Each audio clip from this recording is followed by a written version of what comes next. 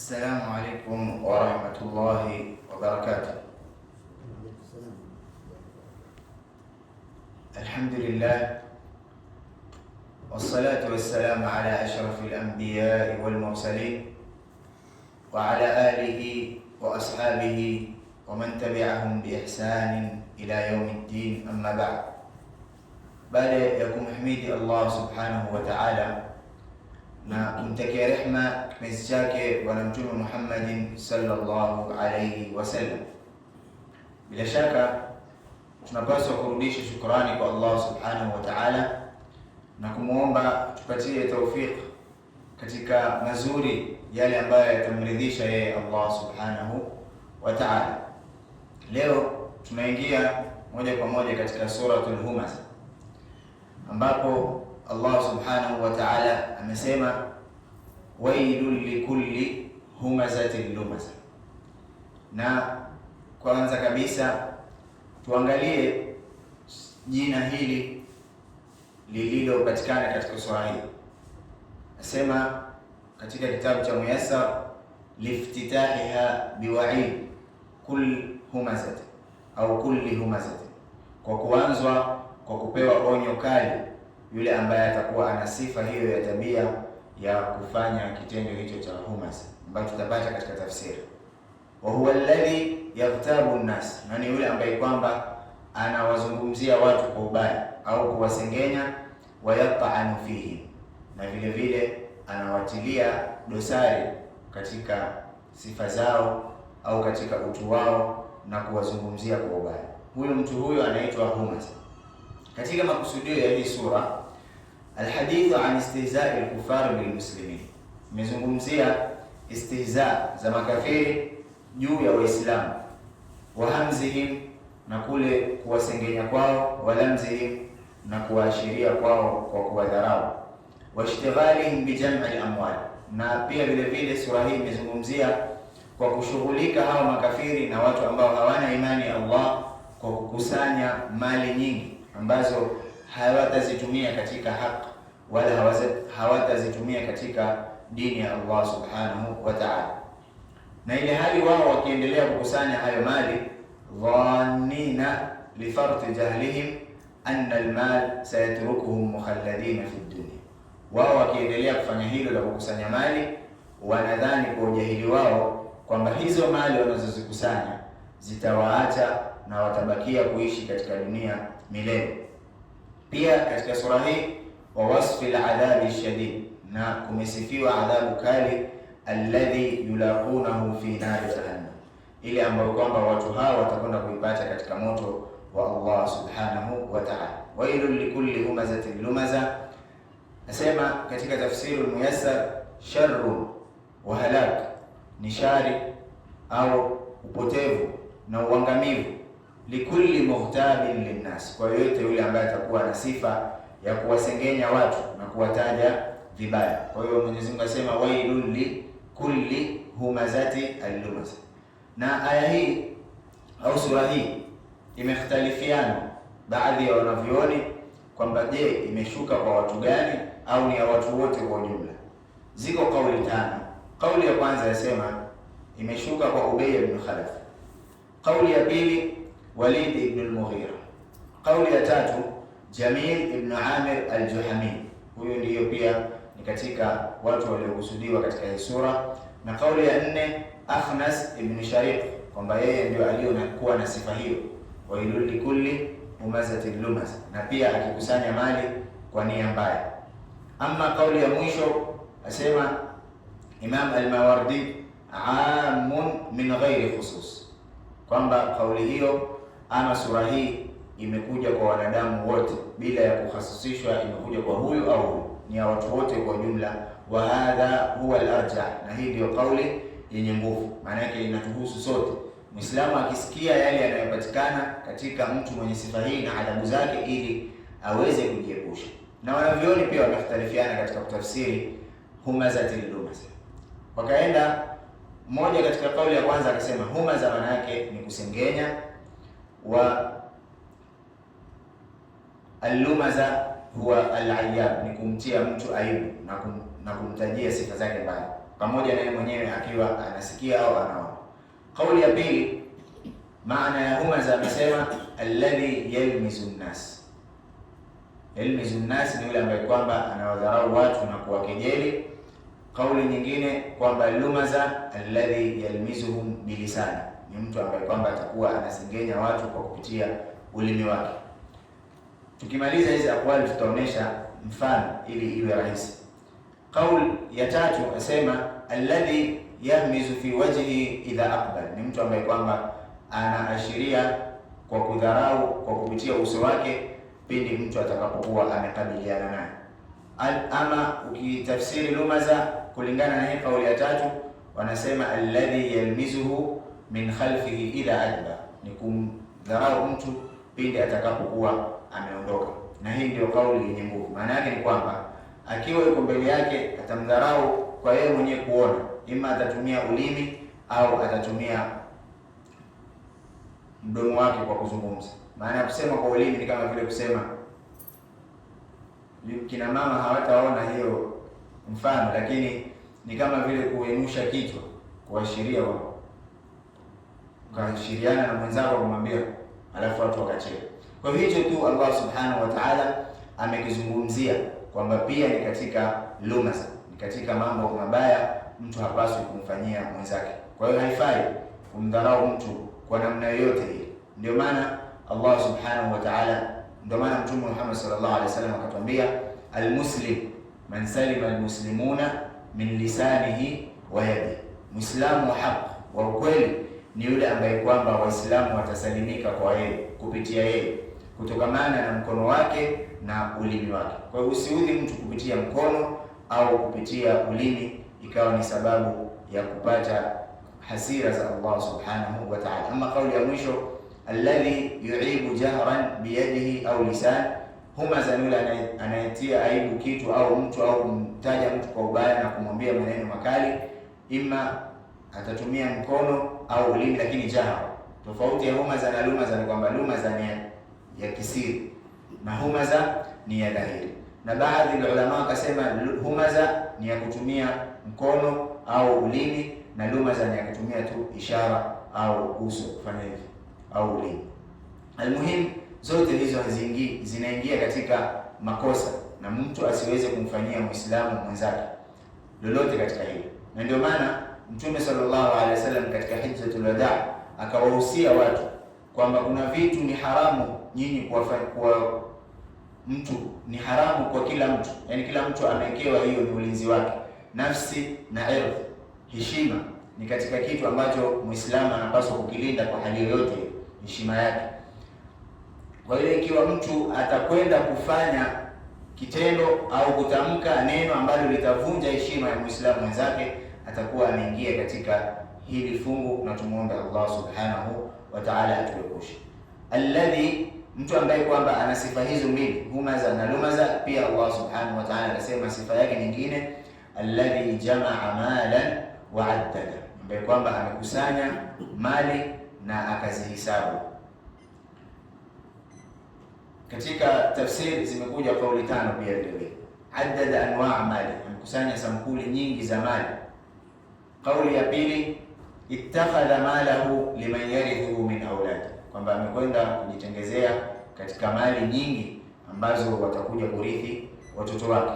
Au kauli ya tatu, ahsa wa addada, amezikusanya na kazi yake ikawa tu ni kuhesabu.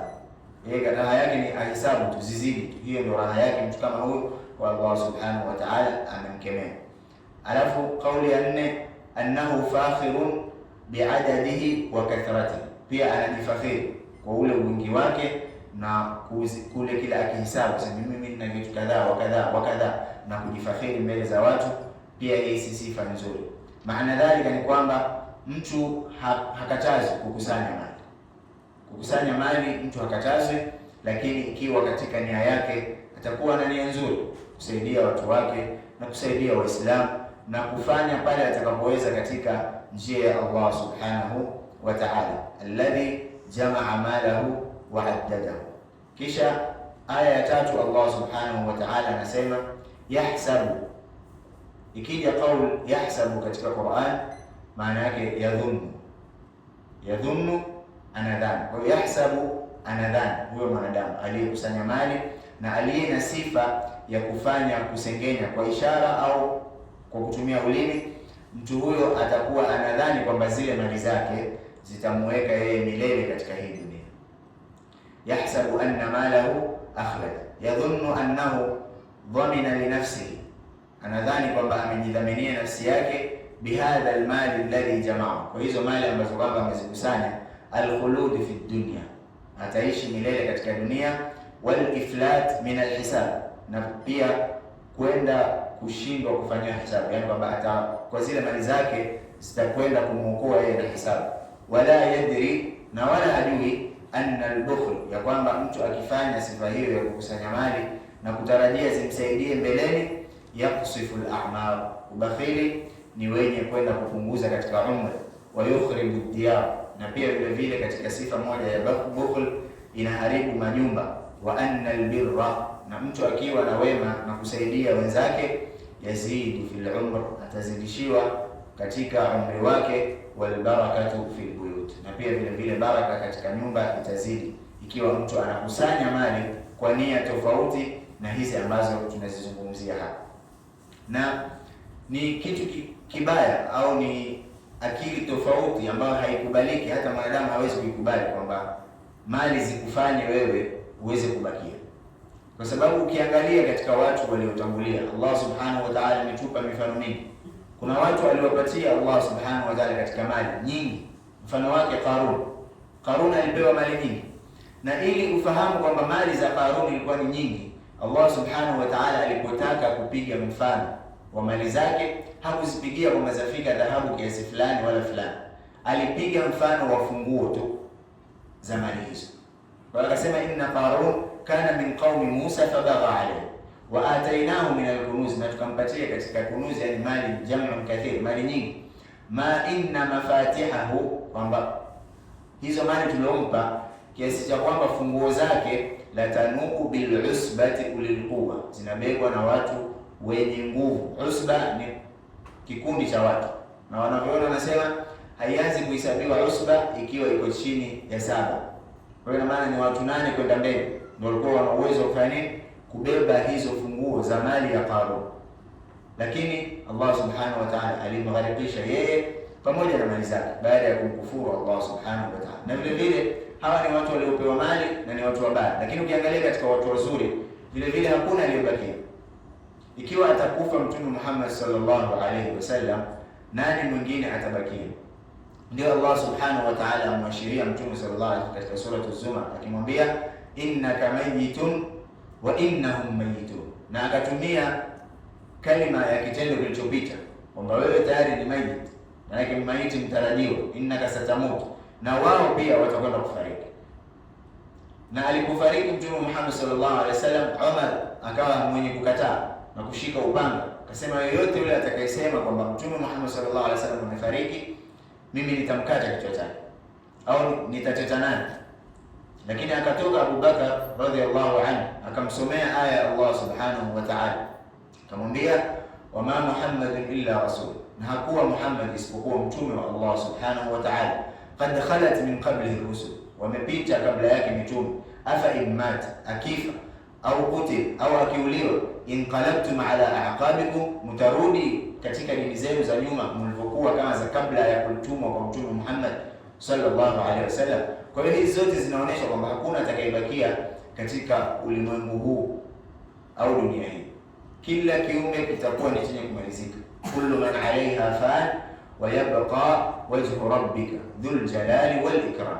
Kwa hiyo ni kumwomba Allah subhanahu wa ta'ala tujalie katika kukusanya mali zetu na katika kuamiliana na wenzetu tuwe ni wenye kuamiliana nao kwa khair, na tusiwadharau wala tusiwe tunakusanya mali katika maana mbaya. Yahsabu anna malahu akhlada, ametafsiri wanavyoni kauli tatu. Nasema yahsabu anna malahu yazidu fi umri, anahisabu, anadhani kwamba mali zake zitamzidishia yeye katika umri.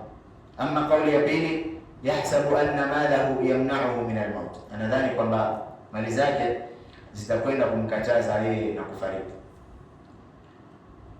Na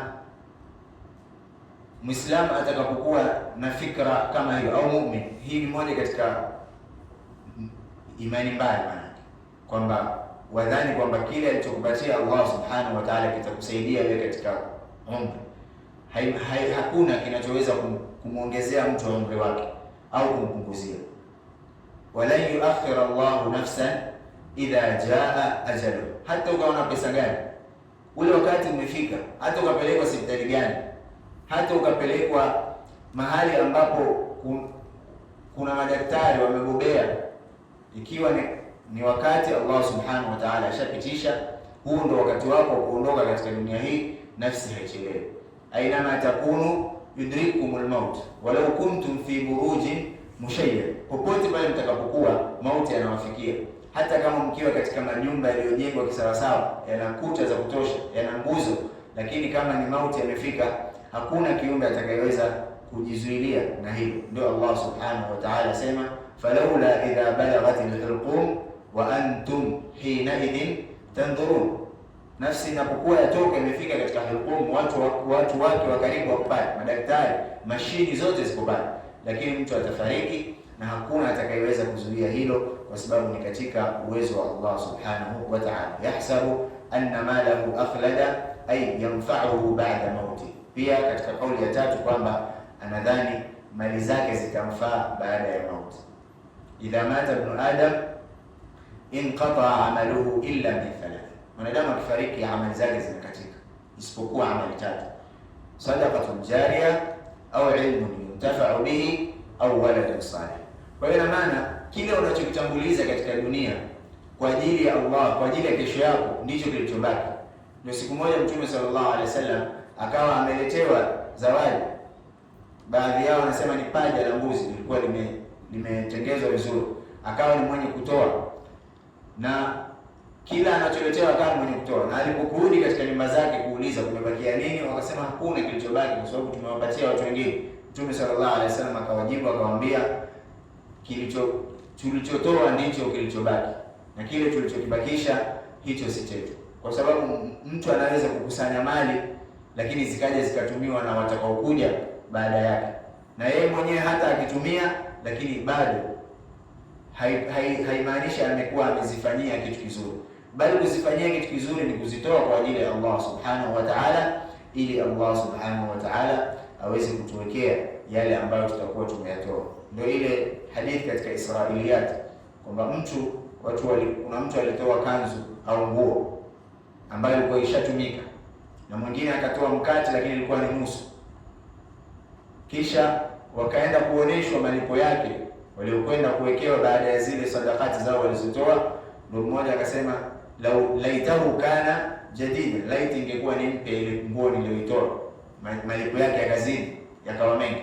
Na yule aliyotoa kipande za mkate akatarajia pia, akatamani laitahu kana kamila, lau ungekuwa ule mkate ni kamili, nikapata malipo kamili kutoka kwa Allah subhanahu wa ta'ala. Kwa hiyo Mwenyezi Mungu anasema kufanyia watu hivyo na kukusanya mali na kudhani kwamba mali hizo zitasaidia, kalla, hapana, sio hivyo. Kalla maana yake ni kalima tunafi, ni kalima ya kukanusha kwamba kalla, sio hivyo wanavyodhani. La yumbadhanna fil hutama, atakwenda kurushwa mja huyo katika hutama. Wal hutama ismun min asma'ina, ni jina katika majina ya moto wa Allah subhanahu wa ta'ala. Vile vile wanavyoona wakasema ismu babin min abwabi jahannam, ni mmoja katika majina ya milango ya moto wa Allah subhanahu wa ta'ala. Na akasema Kulayb kwamba huo ni mlango wa sita. Tunafahamu pepo ina milango mingapi? Minane, na moto ni saba. Laha sab'atu abwabi likulli babin minhum juz'un maqsum. Kwa hiyo kila mlango una kikundi chake, watu wake maalum. Kwa hiyo hapa baada ya wanavyoona sema ni mlango wa sita, ndio wataingizwa watu wa aina hiyo, wenye kusengenya watu na kuashiria kwa dharau na kukusanya mali kwa nia ambayo sio nzuri. Kalla la yumbadhanna fil hutama. Imam katika kitabu cha Muyassar asema la yutrahanna fi an-nar, atarushwa mja huyo katika moto, allati, moto ambao kwamba tahshimu kulla ma yulqa fiha, unapapura ama unaunguza, unachukua, unaangamiza chochote kile ambacho kitawekwa ndani yake moto huo. Kwa hiyo chochote kitakachowekwa katika moto huo hakiwezi kubaki, kwa sababu ni moto mkali, moto wa Allah subhanahu wa ta'ala. Wama adraka mal hutama, na Allah subhanahu wa ta'ala akamuuliza mtume wake, je, utajuaje ama sifa za huo hutama ni gani? Narullahi almuqada, innaha narullahi almushta'ila, moto ambao unawaka kwa ukali, ashadida allahab, unamwangaza mkali na mvuke mkali, allati min shiddati harriha, ambao kwamba kwa ukali wa moto wake na ule ukali wake, tamfudhu min alajsami, unamaliza miili, ila alqulubi, na unafika mpaka katika mioyo. Ndio maana hapa Allah akaendelea akasema, allati tattali'u ala alafida, ni moto ambao kwamba unaenda mpaka kufika katika vifua na mioyo ya wanadamu. Na Imam As-Saadi akaelezea akasema, an-naru allati waquduha an-nasu wal hijara, ni moto ambao kwamba kuni zake ni wanadamu na mawe. Kwa hiyo moto huo usitarajie kwamba utaisha, yaani wewe mwenyewe ambaye unaunguzwa, wewe ndio unayejiunguza. Na ndio katika aya Allah subhanahu wa ta'ala akasema, kullama nadijat juludu, kila watakapokuwa watu katika adhabu ya Allah, ngozi zao zitakapokwenda kuisha, zikaiva, zikakatika, zikatoka katika mwili, badalnahum juludan ghairaha, tukawapatia ngozi nyingine tofauti na zile za kwanza, ili waendelee kuonja adhabu ya Allah subhanahu wa ta'ala. Badalnahum juludan ghairaha liyadhuqu al'adhab, ili wapate adhabu. Kwa hiyo tumuombe Allah atuepushe na moto huo mkali, na atujalie katika wale watakaokwenda kuheshimu ardhi za wenzetu, na mali atakazotupa Allah subhanahu wa ta'ala tuzitumie katika hali ambayo ni nzuri, ambayo haitatupelekea kuadhibiwa kupitia moto huo. Qala Thabit, amesema Thabit kusifu moto huo, tahriquhum ila al-afida, unawachoma mpaka katika vifua vyao, wa hum ahya, na ile hali wao wako hai, kwa sababu katika moto na katika pepo hakuna kufariki. Ndio Allah subhanahu wa ta'ala asema, thumma la yamutu fiha wala yahya, hafariki hapo wala hayuko hai, maana yake yuko katika dhiki, hafurahi ule furaha ya maisha, wala pia hafi akapumzika na ile adhabu ya Allah subhanahu wa ta'ala. Kwa hiyo yuko katika adhabu wa adhabu wa adhabu. Pia akasema Muhammad ibn Ka'b, ta'kulu kullu shay'in min jasadi, utakula kila kitu moto huo katika mwili wa mwanadamu, hatta idha balaghat fuadu, mpaka utakapofika katika moyo wake, turja'u alayhi jasadu, atarudishiwa tena mwili wake ili aendelee kupata adhabu ya Allah subhanahu wa ta'ala. Narullahi almuqada, ni moto ambao kwamba unawaka, allati tattali'u ala al-afida, ambao kwamba unaingia mpaka katika vifua vya wanadamu. Innaha alayhim muqsada, innaha alayhim, dhamiri hii ya innaha inarudi kwa moto. Hakika wao hao watu katika huo moto, muqsada, wamekwenda kufungwa.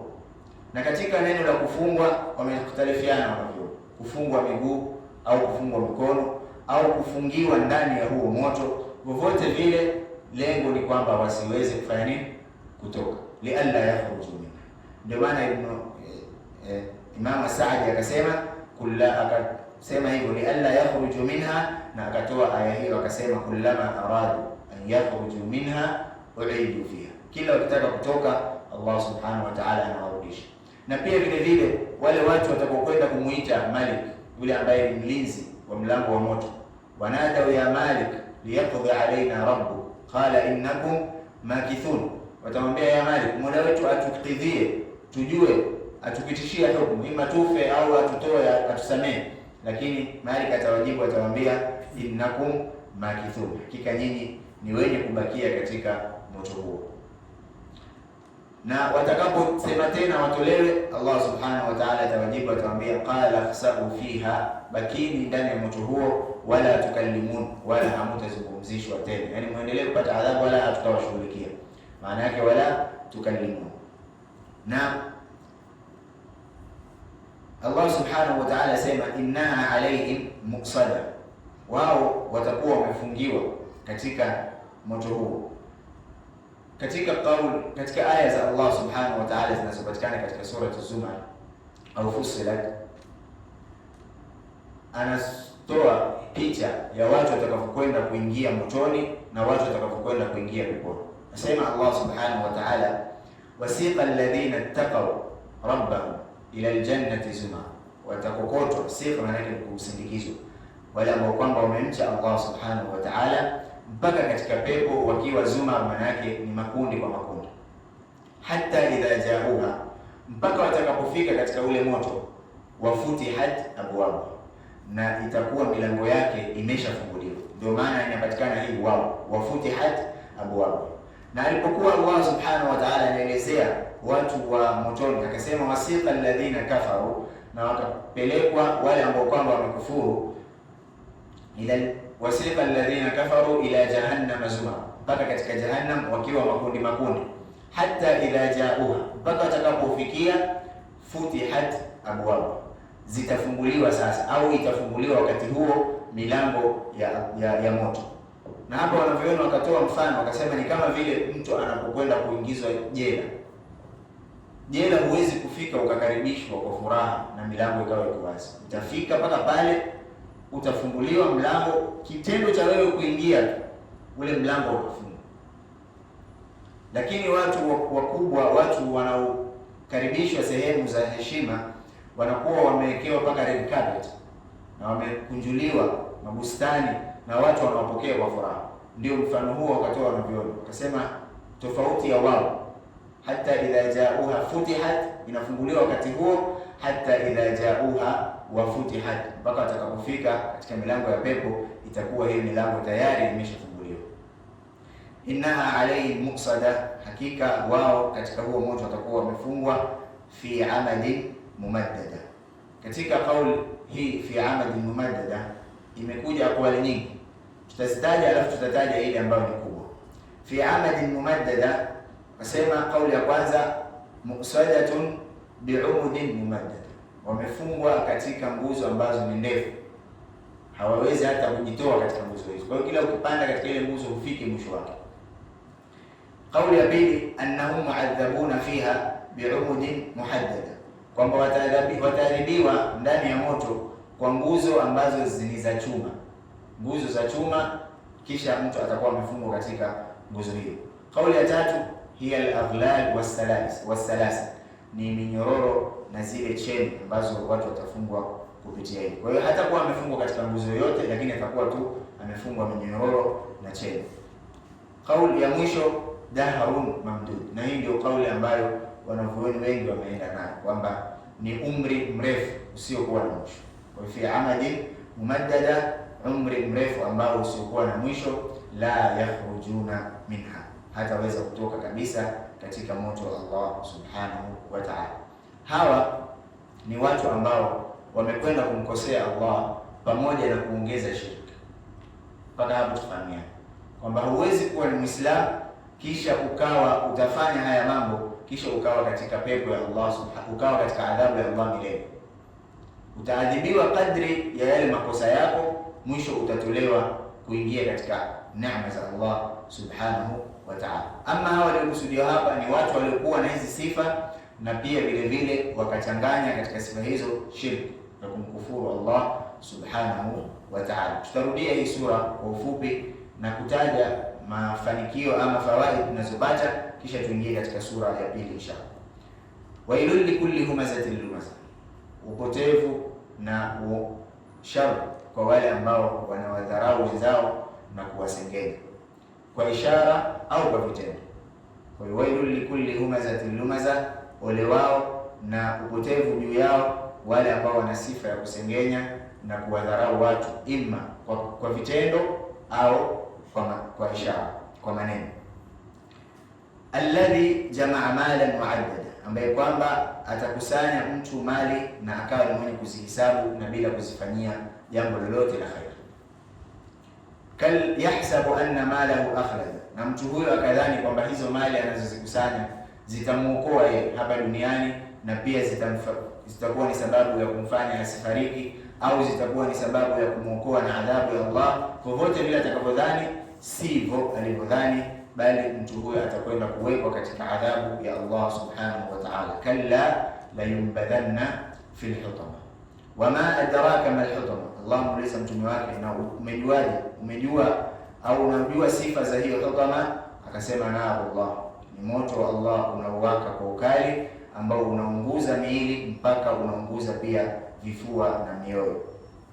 Kisha akasema watu hao ndani ya moto huo sifa zao itakuwa innaha alaihim muqsada, watafungwa na watakuwa hapo milele, fi amadin mumaddada. Katika sura hii tunajifunza kwanza kabisa, Muislamu anapaswa kujiweka mbali na hizi sifa mbili za kusengenya na za kudharau, ima kwa kutumia vitendo au kutumia maneno. Usiwe ni mwenye kumsengenya mwenzako, usiwe ni mwenye kumdharau mwenzako kwa namna yoyote. Na makosa au madhara yanayokuja baada ya vitendo kama hivi ni makubwa, kwa sababu afadhali Muislamu, hatusemi kuna nafuu, lakini ni bora na ni sahali mtu akiwa amemkosea Allah subhanahu wa ta'ala bila ya kushirikisha mtu mwingine katika lile kosa. Maana yake ni kama umekosea katika haki za Allah peke yake, sio katika haki za wanadamu. Kwa hiyo pale kuna usahali wewe kusamehewa, kwa sababu Mwenyezi Mungu ni mwingi wa kusamehe na anataka kutusamehe, na anaweza kukusamehe hata bila ya kumuomba msamaha. Kwa kile kitendo cha kutawala au kwenda kusali au kuomba istighfar bila wewe kutia nia, mimi nasema hii kwa sababu ya kosa fulani, lakini itakuwa ni sababu ya yeye kukufanyia msamaha. Innal hasanat yudhhibna sayiat, hakika mambo mazuri yanaondoa yale mabaya. Na kama tulivyofundishwa katika hadithi, salawat khams ni kafara. Mtu akiswali swala ya alfajiri mpaka dhuhur, hapo katikati anapata msamaha. Dhuhur mpaka asr, hapo katikati kuna msamaha. Mpaka jumaa na jumaa, zote hizo ni katika misamaha ya Allah subhanahu wa ta'ala. Kwa hiyo afadhali mtu akawa ni mwenye kujichunga sana asikosee katika haki za wanadamu, kwa sababu ukikosea katika haki za wanadamu itakuwa kusamehewa kwako ni lazima umfuate yule mtu, umuombe msamaha na umwambie ulichomfanyia. Sasa ni yeye khiari yake, ima akusamehe au asikusamehe, na asipokusamehe ina maana ni haki yake, atakwenda kuidai mbele za Allah subhanahu wa ta'ala. Ndio tunahofiwa kuingia katika hadithi ya muflis. Wakati Mtume sallallahu alaihi wasallam alipouliza masahaba zake, atadruna man al-muflis, je, nyinyi mnamfahamu mtu aliyefilisika? Qalu, wakasema masahaba, al-muflis fina, muflis katika sisi tunafahamu, man la dirham lahu wala mata, ni yule ambaye kwamba hana dirham wala hana sehemu wala hana vitu vya thamani. Faqala an-nabii sallallahu alaihi wasallam, Mtume akasema kujibu akawaambia, al-muflis min ummati, mtu aliyefilisika katika umma wangu, man yati yawm al-qiyama, yule atakayekwenda siku ya kiyama, bi salati, ni ile hali amebeba katika amali zake salih, wa zakati, na zaka, wa siyami, na saum, na mengine mengi katika khair. Alafu wakaja watu kwamba huyu alinitukana, huyu alinifanya hivi, huyu alinidhulumu, huyu alinipiga, huyu alimwaga damu yangu, zitakwenda kuchukuliwa katika zile swala zake na saum na zaka, watapewa wale ambao aliwadhulumu katika dunia. Na ndiyo haya makosa madhara yake. Na zikiisha katika khair, Allah subhanahu wa ta'ala anachukua sasa katika shari za wale watu wengine, anampatia yeye. Hii ni katika kufilisika kukubwa. Umeenda mbele ya Allah na vitendo umefanya kweli, lakini vikachukuliwa na watu wengine. Maana yake ni kwamba ukiwa na sifa kama hizi za kusengenya watu na kuwadharau na kuwakejeli, ni kwamba vitendo vizuri utakavyofanya hapa duniani ni kama wawafanyia watu kazi, wamfanyia mtu kazi. Utafanya hapa, lakini siku ya kiyama vitakwenda kuchukuliwa. Ndio tunaambiwa kwamba tuwe ni wenye kujitahidi katika kulinda vitendo vyetu. Ulimi wetu usiwe ni wenye kutuangamiza, ukatufikishia katika mahali babaya. Hadithi ya Jabir, Mtume sallallahu alaihi wasallam akisema kwamba watu wachunge sana ulimi wao. Masahaba wakamuuliza, wa inna la muakhadhuna bima natakallamu bihi, basi sisi tuchukuliwa ama tuhesabiwa kwa chochote tutakachokwenda kukizungumza? Mtume sallallahu alaihi wasallam akawajibu akawaambia, thaqilatkum ummahatukum, yani kama hili ni neno la Waarabu, wazito kwa mama zenu kama hivi. Hakika watu watakwenda kuingia wengi katika moto wa Allah subhanahu wa ta'ala kwa sababu ya yale walioyachuma kupitia ulimi wao. Kwa hiyo ulimi ni kitu kikubwa sana, Muislamu anapaswa kukilinda. Ndio maana tukaambiwa katika hadithi yoyote atakayekuwa anamwamini Allah subhanahu wa ta'ala na siku ya mwisho, basi aseme lililo la kheri au anyamaze. Kwa hiyo wailul likulli humazatin lumaza. Na kitu cha pili tunachojifunza katika sura hii, nia ya Muislamu atakapokuwa anatafuta mali zake iwe ni nia nzuri ya kutoa kwa ajili ya Allah na kuwasaidia wasiojiweza na kumpatia kila mtu haki yake katika jamii. Hii ni nia nzuri ambayo Allah subhanahu wa ta'ala ataitilia tawfik. Lakini tukiwa na nia mbaya katika kutafuta riziki zetu, tutakwenda kupata uzito katika riziki hizo na tutakwenda kuingiliwa na hasara katika mali hizo, wala hazitatufaa katika hapa duniani na kesho akhira kwa Allah subhanahu wa ta'ala. Kwa hiyo mafunzo tunayojifunza katika sura hii, mtu ajiepushe na kuwasengenya watu na kuwakejeli watu, na pia anapokwenda kutafuta mali zake awe ni mwenye kuzitafuta kwa ajili ya Allah subhanahu wa ta'ala. Tukiingia katika suratul Asr, Allah subhanahu wa ta'ala asema, wal asr innal insana lafi khusr illa alladhina amanu wa amilus salihat wa tawasaw bil haqq wa tawasaw bis sabr. Kwanza sura hii imeitwa kwa asr kwa sababu Allah subhanahu wa ta'ala ameanza kuwapa na zama za alasiri, wa huwa ad-dahr wa ma fihi min al-ajaib. Ziko kauli mbili kwamba neno hili la wal asr limekusudiwa nini. Kauli ya kwanza wanavyoona wasema imekusudiwa ule wakati wenyewe haswa wa alasiri. Ama kauli ya pili imekusudiwa ad-dahr, ulimwengu kwa ujumla, na hii au zama zote zinazopita katika ulimwengu. Na hii ndio kauli yenye nguvu kwamba wal asr hapa inakusudiwa ad-dahr. Na baadhi ya wanavyuoni wakasema ule wakati wa alasiri ndio uliokusudiwa kwa sababu Allah subhanahu wa ta'ala ameapa na vitu vingi sana, na hata huo wakati wa alasiri pia ameapa nao katika sehemu nyingine. Kwa hiyo hapa inapaswa iwe ni ad-dahr, kwamba uwe ni wakati wa asr. Kwa hapa inakusudiwa iwe ni wakati wa asr kwa sababu kama ni kuwapa kwa zama au kuwapa kwa vitu vingine Allah ameshaapa.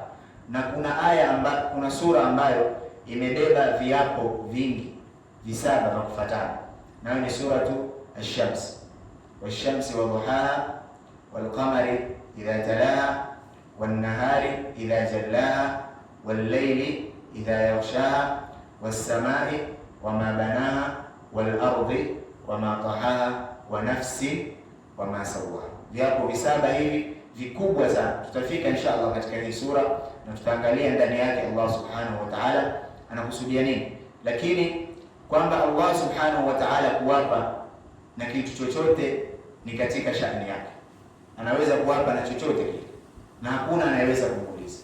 Lakini mwanadamu ndio haruhusiwi kuwapa isipokuwa atumie jina la Allah subhanahu wa ta'ala.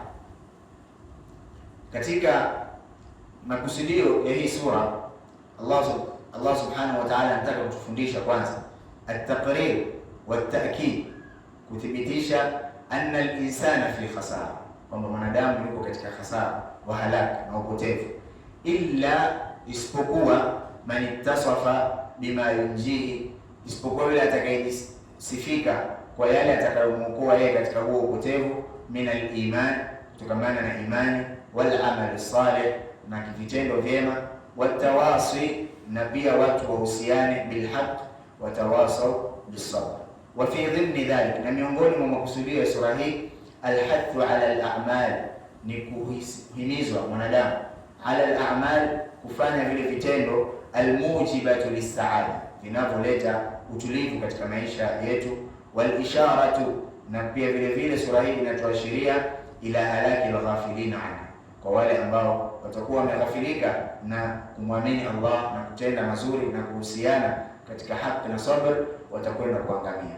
Imam Ash-Shafi'i ana kauli yake nzuri sana juu ya sura hii, asema law ma anzala Allah ala hadhihi al-umma, law Allah subhanahu wa ta'ala asingeshukisha katika umma huu illa hadhihi sura, isipokuwa sura hii, la kafatu, ingewatosheleza.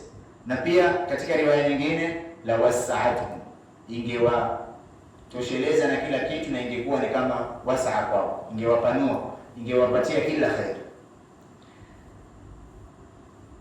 Maana yake ni kwamba hii sura ni ndogo, na nadhani ndio sura ndogo katika Qur'an, lakini yaliyomo ndani yake ni makubwa kuliko hata yanavyozungumzika. Na hata mimi nimetaka tu kuizungumzia kuiweka katika siku mbili za kufuatana, kwa sababu tuko nyuma kidogo, lakini ilikuwa inafaa pia hii sura iwe katika darasa yake peke yake, kwa sababu ni kubwa, haina mwisho katika kuhusia. Na kuthibitisha hilo, kuna kauli ya Imam Saad ambayo ameitoa juu ya sura hii, tutaiweka mwisho inshallah, ambayo itatufungia darasa yetu ya leo. Kwanza kabisa tuanze tafsiri ya kawaida. Wal asr aqsama Allahu bid-dahr, Mwenyezi Mungu ameapa na zama, lima fihi min ajaib, kwa yale ambayo yanapatikana ndani ya zama hizo, kwa yale maajabu yake, ala qudratillahi wa azamati, juu ya uwezo wa Allah na ukubwa wake. Ukiangalia tu hizo zama ama huu wakati tunaotumia katika ulimwengu, vipi Allah anaupanga na unaenda kama anavyotaka,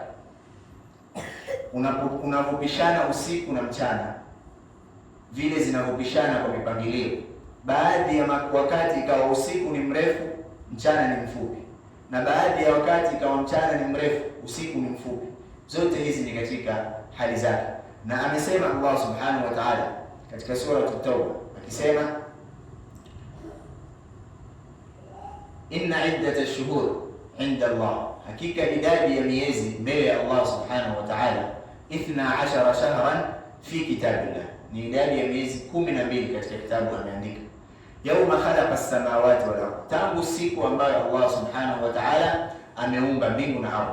Minha arba'atun hurum, ndani yake kuna miezi minne mitukufu, na hii ni maudhui nyingine, kuna haja tuingie huko. Almuhimu ni kwamba huu wakati ambao tunauona hata sasa hivi katika simu zetu, katika saa zetu na katika makalenda, ni vitu tu watu wamekwenda kujifunza kupitia aya hizi na wakaandika.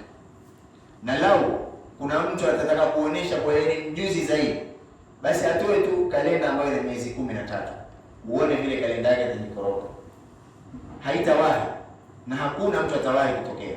Tofauti zinapishana ni siku tu, kwamba hii inatangulia hizi ya Kiarabu hivi na hivi, hawa wanaelewa Kiswahili, lakini siku ni hizo hizo alizozipanga Allah. Inna iddata ash-shuhur inda Allah 12 shahran fi kitabillah. Hakuna mtu ataweza kutunga kalenda yake au akatoa nyakati zake tofauti na hizi tunazozijua sisi. Na kuthibitisha hilo, Allah subhanahu wa ta'ala katika Qur'an ameapa na wakati tofauti, wal fajr wal asr wal duha. Duha ni wakati wa saa 4 kwenda saa 6 mchana. Zote hizi ni nyakati ambazo mwenyewe Allah anajua, na alikuwa anajua zitakuja kutumika hivi. Na ndio maana tukaangalia katika vipindi vya sala, ametupangia kulingana na jua linapokwenda na nyakati zake. Akasema aqimis salata tarafa in-nahar wa zulafan min al-layl, msimamisha sala katika pembezoni za mchana na mwisho wa usiku. Inapatikana hizo swala tukizihesabu, na tulizungumza juzi, aqimis salata liduluki shams ila ghasaqi al-layl wa Qur'an al-fajr, qul a'udhu bi rabbil falaq min sharri ma khalaq wa min sharri ghasiqin idha waqab. Zote hizi tulizungumza, ni nyakati hizi mwenyewe Mwenyezi Mungu anazijua na amezipanga, na kila nyakati Allah subhanahu wa ta'ala amekwenda kuipatia kheri zake. Kuna nyakati zimefadhilishwa, kuna nyakati hazikufadhilishwa. Mfano kama wakati wa Lailatul Qadr, Mwenyezi Mungu amefadhilisha. Ramadhan ameifadhilisha, Eid amezifadhilisha, na hizi zote ni katika mipango yake Allah subhanahu wa ta'ala na maajabu yake, na hakuna mwanadamu anaweza kujifananisha katika uwezo wa Allah subhanahu wa ta'ala juu yake. Wala yajuzu lil'abdi an yaqsima illa billah, na hawezi mwanadamu kuwapa kwa jina lingine isipokuwa la Allah subhanahu wa ta'ala. Innal insana la fi khusr, hakika mwanadamu yuko katika hasara. Tuangalie hasara wanavyoona maitafsiri. Wasema hasara ya kwanza halak, upotevu; ya pili la fi shar, yuko katika shar; au ya mwisho la fi uquba, mwisho wake ni mbaya mwanadamu. Innal insana la fi khusr, hakika mwanadamu yuko katika upotevu au yuko katika shar au ana mwisho mbaya. Illa alladhina amanu, katika tafsiri ya Muyassar asema illa alladhina amanu billah, isipokuwa wale waliomwamini Allah subhanahu wa ta'ala, wa amalu salihan, au waamilu salih, na wakatenda mambo mazuri yanayomridhisha Allah subhanahu wa ta'ala. Watawasaw bilhaq wa awsa ba'dhum ba'dhan bilistimsaki bilhaq watawasaw bisabr, wakahusiana pia juu ya kusubiri, walamalu bitaati llah, na kumtendea Allah subhanahu wa ta'ala. Tuangalie nini maana ya haq, wanavyoona mtafsiri neno hili haq katika kauli ngapi? Kauli ya kwanza, watawasaw bilhaq ay watawasaw bitawhid, watawasaw bitawhid. Kauli ya pili, watawasaw bilhaq ay watawasaw bilquran. Haq maana yake hapa inakusudiwa alquran. Ama kauli ya tatu, watawasaw bilhaqi ay watawasaw billahi, wakahusiana kwa ajili ya kumcha Allah subhanahu wa ta'ala. Ama kauli ya mwisho, watawasaw bilhaqi ay yusi mukhallifihi inda huduri almaut alla yamutu illa wa hum muslimun. Hii ni kauli ya nne, kwamba ni ahusie yule ambaye kwamba amefikiwa na mauti, wakati anataka kuondoka katika dunia, yani yuko katika kutoka kwa roho yake, awahusie wale atakaowaacha. Tufahamiana, watawasaw bilhaq ni ahusie yule aliyekaribia kufa, wale ambao anawaacha awahusie nini? Alla yamutu, kwanza wasifariki, illa wa hum muslimun, isipokuwa wao wakifariki wawe ni Waislamu.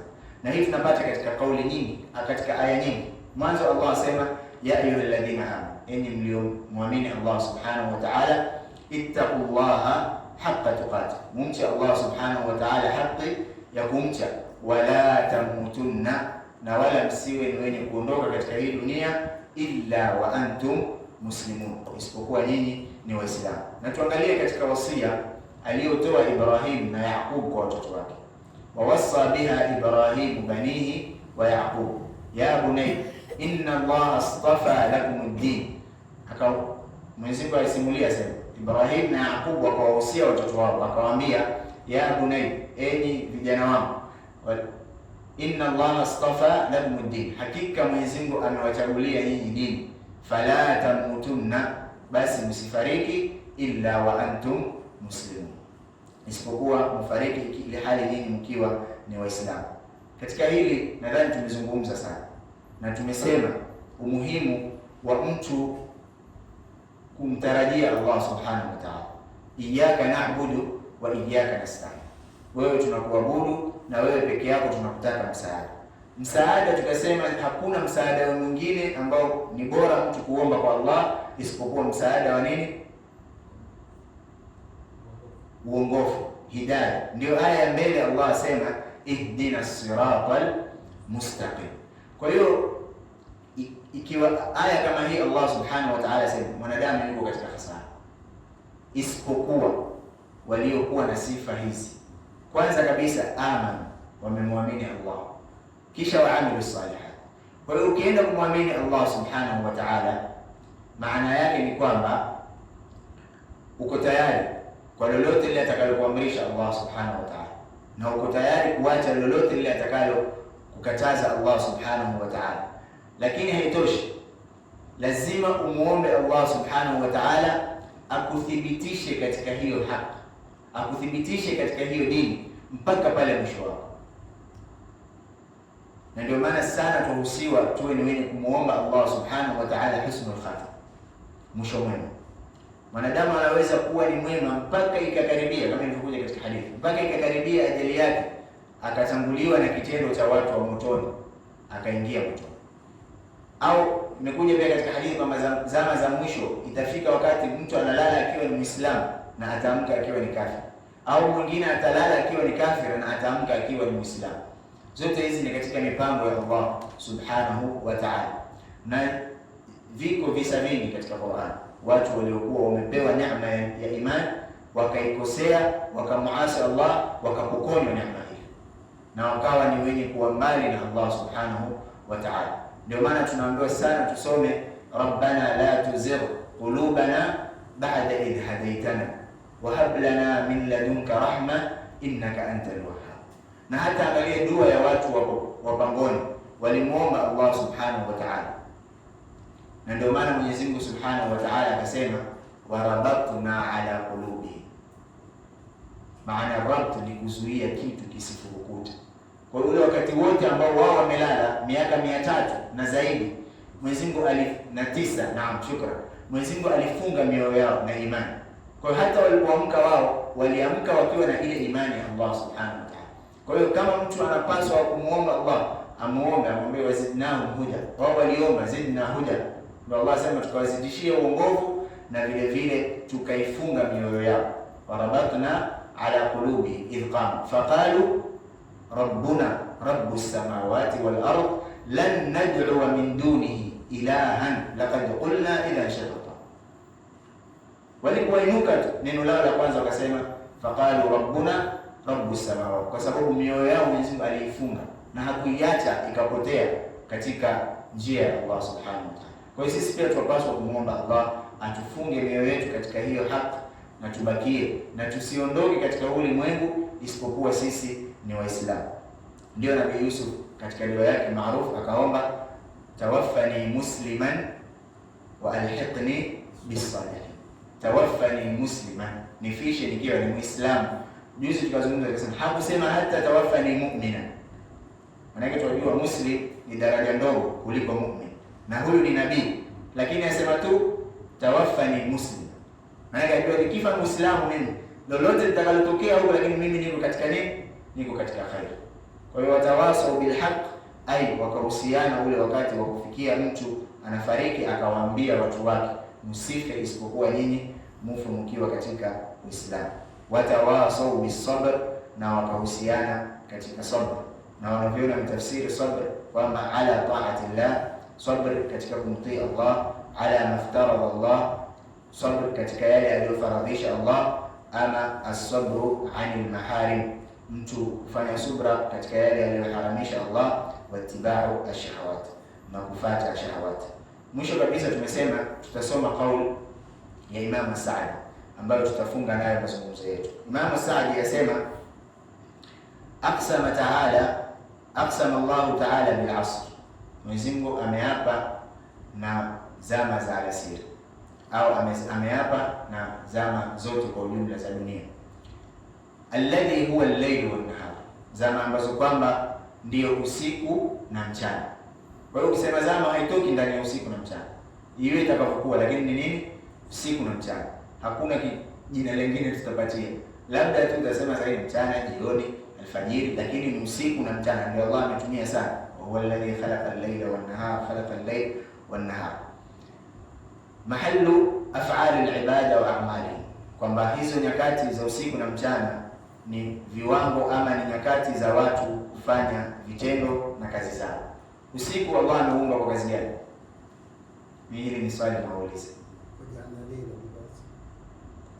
Usiku ameumba kuwa kama vazi na litustiri na mapumziko. Waja'alna an-nahara ma'asha, na mchana ni kwa ajili ya kufanya nini? Kutafuta maisha.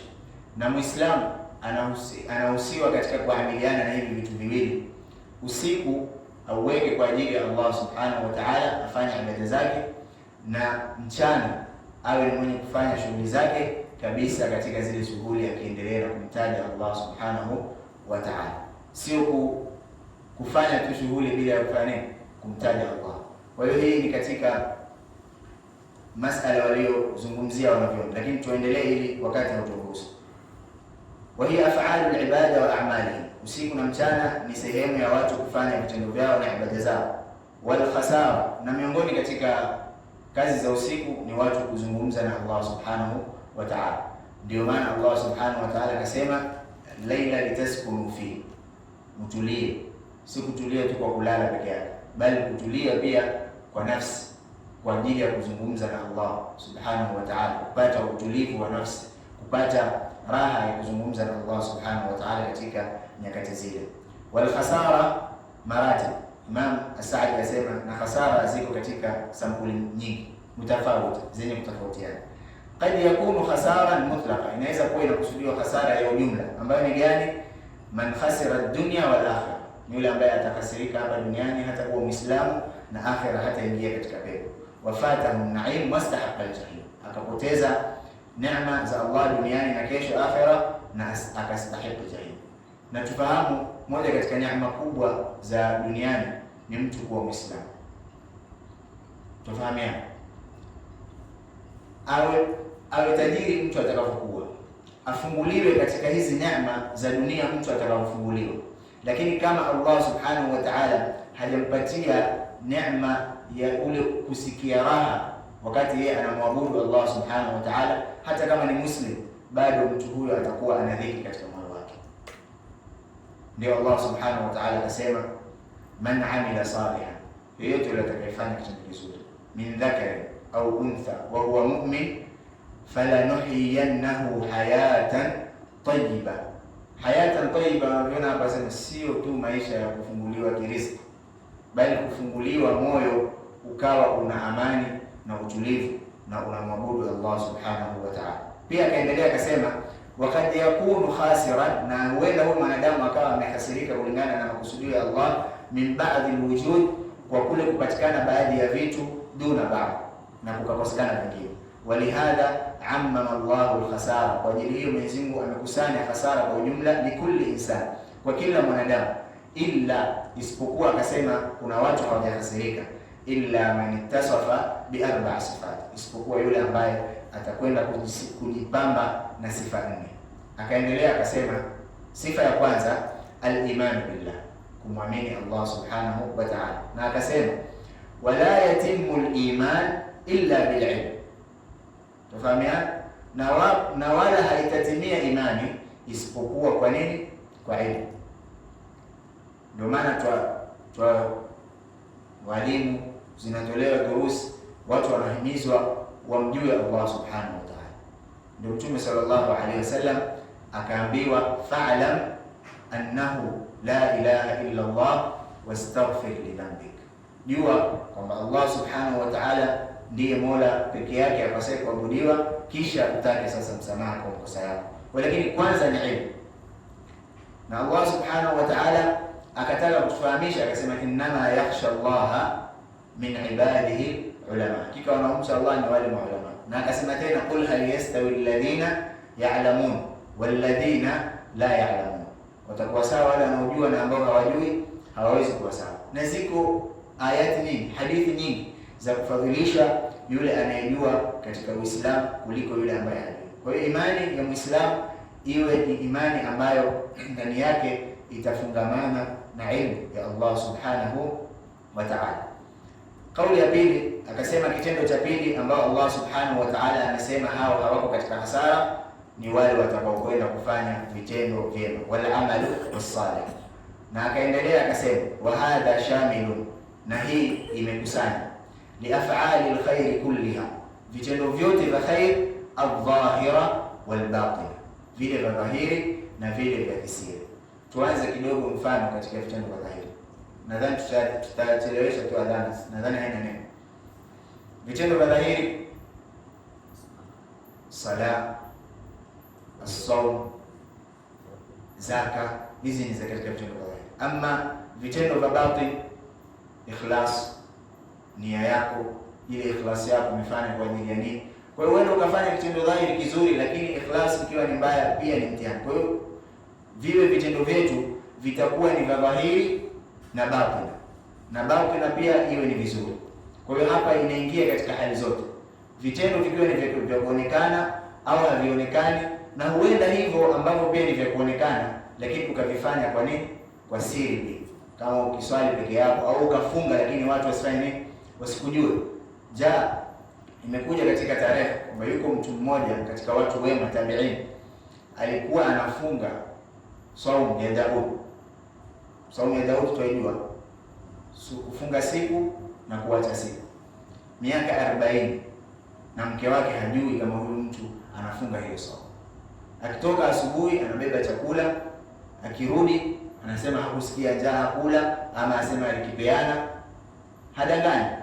Lakini akirudi jioni anakula chakula cha jioni, kumbe ndio anafanya nini? Anafuturu.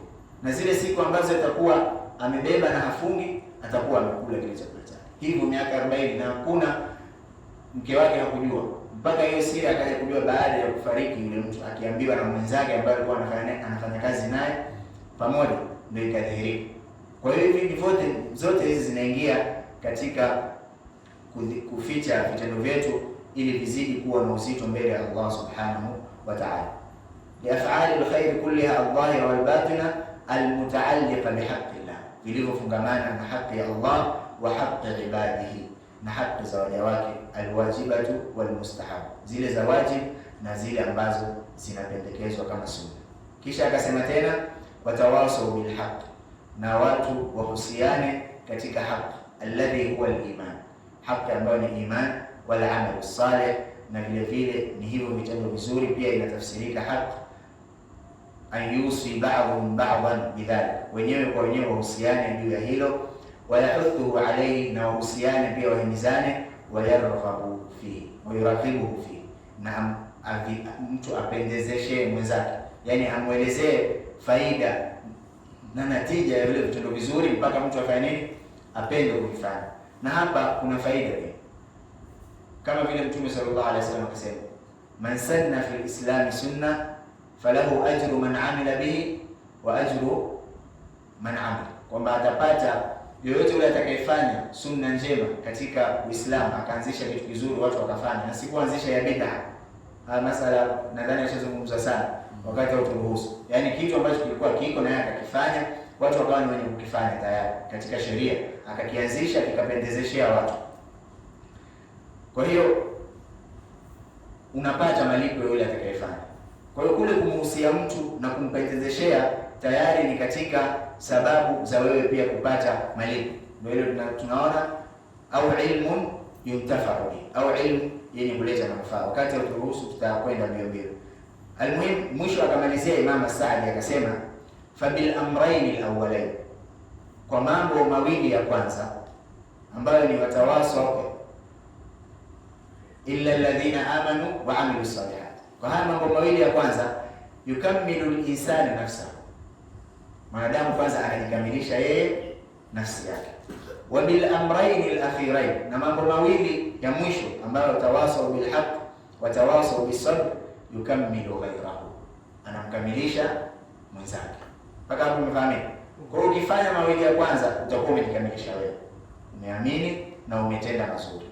Na sasa baada ya hapo umwambie mwenzako pia ili umkamilishe. Kwa hiyo utakuwa umejalia katika umma wa Uislamu, umepata ile sifa, kuntum khayra ummatin ukhrijat lin-nas ta'muruna bil ma'ruf wa tanhauna 'anil munkar. Au pia vile vile umempendelea mwenzako zuri kwa kumwelekeza au kwa kumsaidia, lan tanalu albirra hatta tunfiqu mimma tuhibbun. Asema wa bitakmili al-umuri al-arba, yakikamilika haya mambo manne, sitarudia hii sura, ndio tutataja kabisa.